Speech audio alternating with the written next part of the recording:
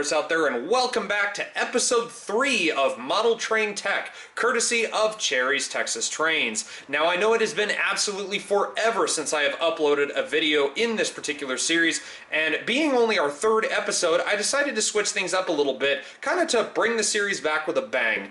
Now, for today's episode, we're focusing on rolling stock, as you can clearly see by the 3 boxes sitting here on my little shelf. But to kind of add a little bit of a twist to this episode for a couple of different reasons. Number one, we are actually looking at rolling stock kits. We are not looking at ready-to-run models or anything like that as far as rolling stock here today, but also to kind of change things up, I figured I would give you guys a nice little, I guess you could say, a first impressions look at these particular models. Sometimes I'll get models and I know exactly what they are. I've had so many by a particular brand before or something like that, but these are models that are from a brand new company that I've never even heard of before, and I figured it's definitely worth a look, especially considering not many people have done a first impressions look from this particular brand at all. This brand is ScaleTrains, as you can clearly see on the side of these boxes here, and these are their kit classics. These are their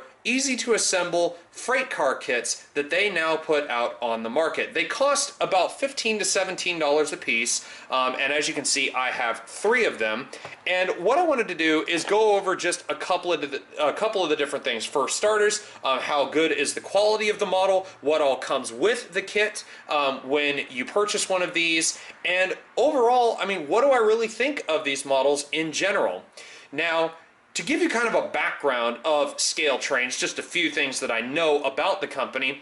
For starters, the Kit Classics is their cheaper end of things. And I'm not saying it's cheap in quality from what I've seen on videos and stuff. It is just their cheaper end of their product line. This goes all the way up to things like their rivet counters, which I believe I'm saying that correctly. It's kind of like Athearn's Ready to Run or something like that. They're pre-assembled pieces of rolling stock, and they will be sold a little bit more expensive than the Kit Classics. Now, their signature model that they have out right now is their Union Pacific Big Blow turbine locomotive, and even those come in a couple of different variants. You have the rivet counter, which is very well detailed, a few separately applied details here and there, but then you get to the big daddy of them all. You get what's called their museum quality model, which is basically every imaginable separately applied detail that can be put on a model is on that particular model. Not only that, they have specific details that have been put onto each and every model related to the prototype. So let's say, for instance, you have Union Pacific turbine number 30. Then you would have details on that model specific to turbine number 30. It's not just going to be you know, a detail that's from across the line. So that is pretty good. And considering that their turbines go all the way up to about $850 a piece, I mean, that's just ridiculous. But these $15 kits here should be pretty good. So if ScaleTrains can claim that these are some of the best in the biz already, then that's what I'm here to find out. So let's take a first look and see what these kits are all about. Okay, so first off, I do like the packaging on this this box here. It is quite catchy. The colors are very bright. It's pretty light, especially considering it's a kit. As you can see, these are regular price $17.99. I picked these up for $13.99 or $12.99 at Lombard Hobbies in Illinois. I actually ordered them on their website, so if you want to get a hold of more of these, either visit ScaleTrains.com or visit LombardHobby.com to get these at a better deal. Now, the box is not like one of those ones where you open the side of it, have to slide everything out. It is just a slide the top off the box, so we'll put that to one side for a second. Go ahead and pull everything out here. Push this to the side. And it's very much like a ready-to-run box. I mean, you've got the little sleeve that protects everything here on top. I love the way everything is laid out inside, because there's the base of the chassis, or the chassis itself right there. Here's the shell of the car, and everything else is possibly tucked inside or somewhere down in there. So we'll go ahead and just take that off really quick, set that to one side. Now, the first thing I'm pulling out here, aside from the wheels and other parts, is the shell of this 5100 series Conrail plug door boxcar. It says 8 foot, and I don't think that's an 8 foot. I think that's a 50 or a 53 foot boxcar. But for starters, the shell feels pretty decently weighted in my hands. I mean, it doesn't feel like cheap plastic at all. And as far as the details go, if you can see this, if the camera will focus at all on that, I mean, that is just some spectacular detailing, especially considering you can see the capacities, the load limit, the load, the lightweight. So 82,700 pounds light, 137,300 pounds weighted down. Then, of course, you have the car number. Same with the Conrail logo over here. And then all of these little itty-bitty details like the close and lock rail or bulkheads and doors before moving car. So all little details like that. And I mean, they look big when I hold them up to the camera like that, but that's the full size of the car. And wow, that was out of focus. But that's the full size of the car right there. So that's really interesting. I mean, the detail is just phenomenal, and that's good that they don't make you break off the brake wheel off of like a little riveted piece or whatever, just so that you can get that on there. But wow, that is just... that's impressive. I mean, I gotta say, the quality of this is really darn good. For 13 bucks, I mean, it looks like it's literally ready to run. All you gotta do is throw it all together. Wow. Okay, so let's see what other parts we have here. We'll put the shell back in the box here. So we have some prototypical knuckle couplers. Look kind of like the ones that Athearn gives you on their ready-to-run models. They look kind of small. But they do look in pretty decent size, so that's pretty cool. Here you have your trucks, and yes, you do get metal wheels.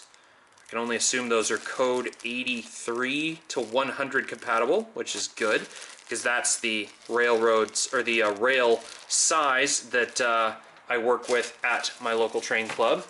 And then we have the chassis, which this is very interesting here, pulling this out.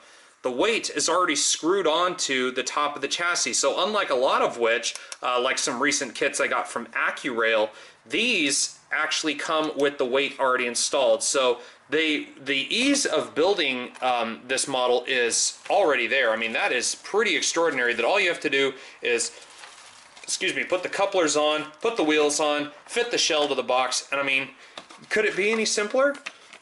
And then here we have the instructions and the kind of the history behind the 5100 series Evans plug door boxcar.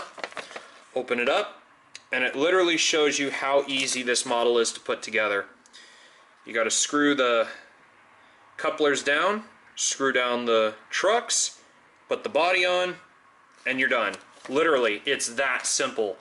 That is probably one of the easiest put together models that I've ever heard of. I mean, that is seriously that easy. In fact, I'm going to take a break for a second. I'm going to put this thing together, and I'm going to come back and I'm going to show you how it looks as a finished product. So give me just a few moments, and I'll put this sucker together and we'll see how she looks in the end.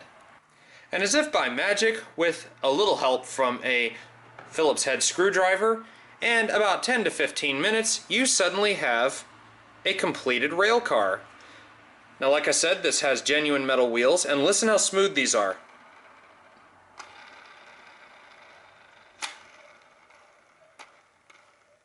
Super smooth wheels, just glides effortlessly. It just sounds wonderful. And literally all I did was I screwed the trucks on, you screw the couplers on, which as you can see they are kind of small, and they do not have any kind of trip wire or a connecting wire.